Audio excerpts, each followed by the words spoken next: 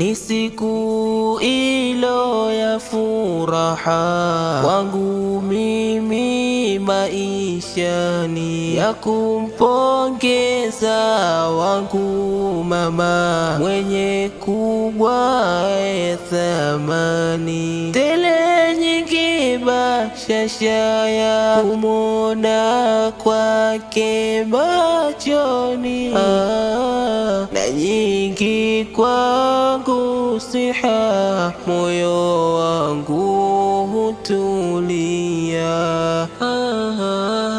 Mama pepo ya dunian, khairi kwako we maishan, leo kesho we furahan, karibu yako zaidi thaman mama.